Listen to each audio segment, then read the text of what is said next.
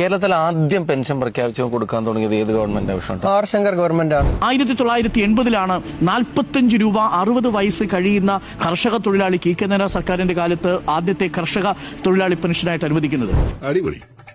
അന്ന് നിയമസഭയിൽ ഉണ്ടായിരുന്ന കെ കരുണാകരന്റെ നിലപാടെന്തായിരുന്നു?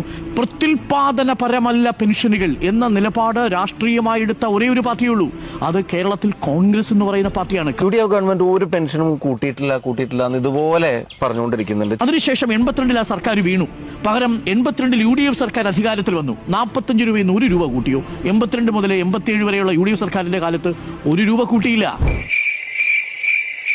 87 കെ നായനാർ മന്ത്രിസഭ വീണ്ടും വരേണ്ടി വന്നു 45 രൂപയിൽ നിന്ന് 60 രൂപയായിട്ട് ആ പെൻഷൻ വർദ്ധിപ്പിക്കാൻ. അതായത് 45 രൂപയായിരുന്ന പെൻഷൻ 60 രൂപയായി വർദ്ധിപ്പിക്കുന്നത്. ആദ്യത്തെ വർധനവുണ്ടാവുന്നത് കെ നായനാരുടെ 1987 സർക്കാരിന്റെ കാലത്താണ്. ആ സർക്കാർ 92 പോയി, UDF വന്നു. എന്തെങ്കിലും വർധനമുണ്ടായോ? 5 വർഷക്കാലം ഒരു വർധനവും ഉണ്ടായില്ല.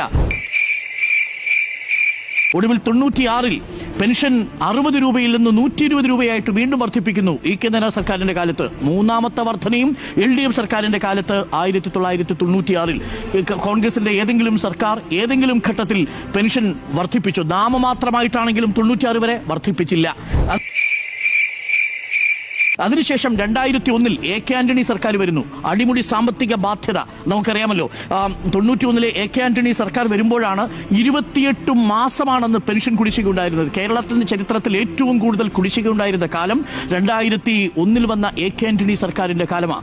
ആ 28 മാസക്കാലത്തെ പെൻഷൻ 120 രൂപയുടെ പെൻഷന്റെ കുടിശ്ശിക കൊടുത്തു തീർക്കുന്ന ആരാണെന്നറിയാമോ? 28 മാസത്തെ പെൻഷന്റെ കുടിശ്ശിക 2006 വരുന്ന VS അച്യുതാനന്ദൻ സർക്കാരാണ്. അന്ന് VS അച്യുതാനന്ദൻ സർക്കാർ 2011 ഇറങ്ങിപ്പോ ഒരു മാസത്തെ കുടിശ്ശികയില്ല. ഈ 120 രൂപ എന്നുള്ളത് 500 രൂപയാക്കിയിട്ടാണ് VS അച്യുതാനന്ദൻ പോകുന്നത്. വർധന ഉണ്ടാവുന്നു. 120 നിന്നാണ് വർധന ഉണ്ടാവുന്നതെന്ന് ആലോചിക്കണം. അപ്പോ 2011 വരെയും UDFന്റെ സർക്കാരിന്റെ ഒരു സർക്കാരും 1 രൂപ പോലും ആ അർത്ഥത്തിൽ വർധനവ് വരുത്തിയിട്ടില്ല. ഉമ്മൻചാണ്ടി സർക്കാർ വരുന്നു, 400 രൂപ എന്നാണല്ലോ പറഞ്ഞത്. 400 രൂപയിൽ നിന്ന് 600 രൂപയാക്കി വർദ്ധിപ്പിക്കുന്നു. ഏത്? 2011 മുതൽ 16 വരെ.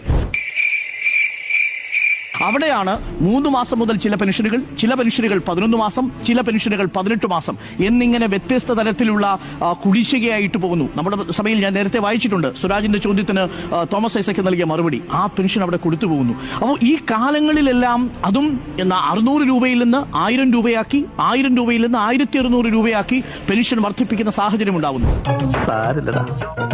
നീ എവിടെ പരിപാടി അവതരിപ്പിച്ചാലും ഇത് തന്നെയാണല്ലോ നിന്റെ വിധി.